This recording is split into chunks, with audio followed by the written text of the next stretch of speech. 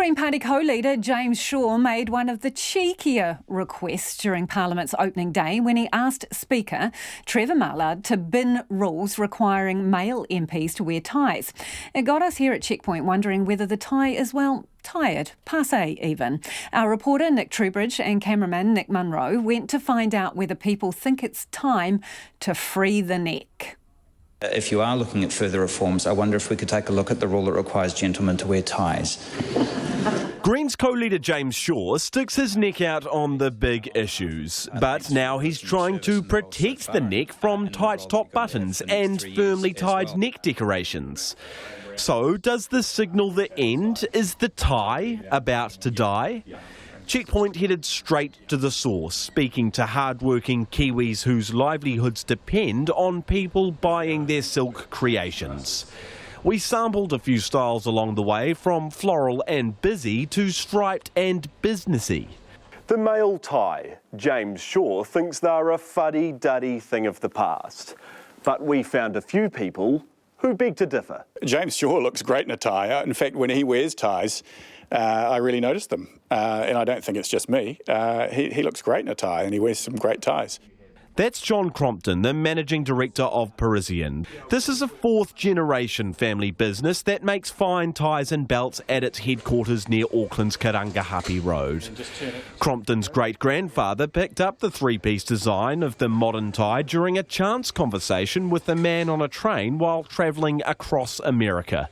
So he drew that pattern on his napkin, tucked it in his pocket and brought it all the way home to New Zealand, where he gave it to his daughter Ruby, my great-aunt. She was a dressmaker in Queen Street, and she sewed the first Parisian tie, and from there the history's built over 4 generations. Parisian celebrated its 100th birthday last year, so it's safe to say it's seen a few fashion trends come and go. But one has endured. Absolutely, it's still there. In fact, it's there more now than I would say it has been in the last 15 to 20 years. It's no news to anyone that the corporate world hasn't been wearing ties for, about 15 to 20 years, or that it's been a slow transition to a more casual outfit for work. But the tie has remained throughout history, throughout the last 100 years at least, always there as part of men's attire. So, is the trend going anywhere? Are there others who, like Shaw, say scrap the tie? It's always had ups and downs and ebbs and flows, but hey, it's always been there. And if anything, there's a growing interest in it now because it's no longer an obligatory item for corporate wear. So you don't have to go and buy a tie every season to look good and change at work. You don't have to. So the guys that are buying ties are really into them, and they want something special, and they recognise what the tie does for how they portray themselves. Crane Brothers owner Murray Crane has been in the menswear industry for 35 years. He thinks ties still have a place for formal occasions, but says tie use overall has definitely declined. I think that we live in a country that's very casual.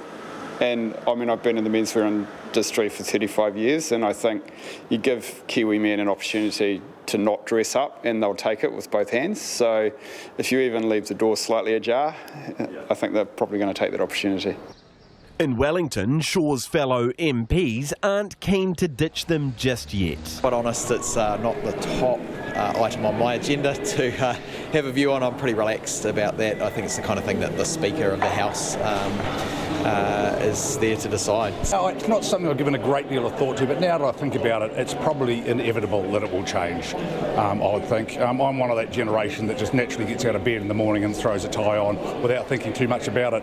I quite like being here. When I was in police, of course, they were little elastic ones. Now at least I get to tie them. I'm a bit more traditional. I don't mind wearing a tie in the debating chamber. It gives it an air of formality, which I think there should be an air of formality around parliamentary proceedings. No, I'm a bit of a traditionalist. In my view, the tie is part of treating Parliament with the respect that it deserves, and that neat formal attire is part of what actually Parliament should require.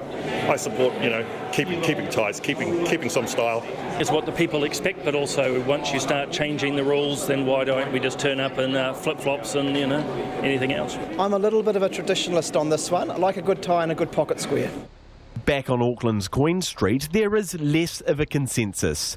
Checkpoint barely spotted half a dozen people wearing ties as they went about their daily business. Important for a funeral maybe, but most of my colleagues have given up wearing the ties. They're gone, they're history. Why do you think that is? They're restrictive. They're not across genders and everything. It's a specific male thing, and it's hard enough being, male, let alone showing it with a tie. Do you still wear a tie? I do, yeah. I wear ties on interviews, to clients, important days in the office. I do understand the formality to it, but I'd say it's probably maybe a little bit outdated sometimes. The worst thing is doing up the top button. I find it quite constricting on the throat. So, that's sometimes I'll undo the top button and just sort of put the tie on loosely. That's a bit of fine hard. A man doesn't have to wear a tie, then women shouldn't have to wear high heels. If you don't want to wear them, don't wear them. So it's like gender stereotype.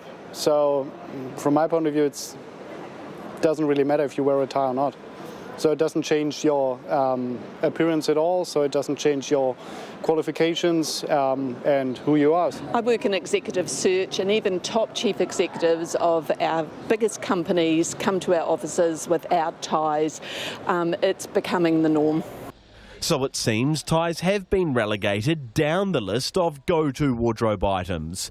But those in the menswear biz insist there's still a time and a place. As they put it, ties never die. For Checkpoint, Nick Truebridge.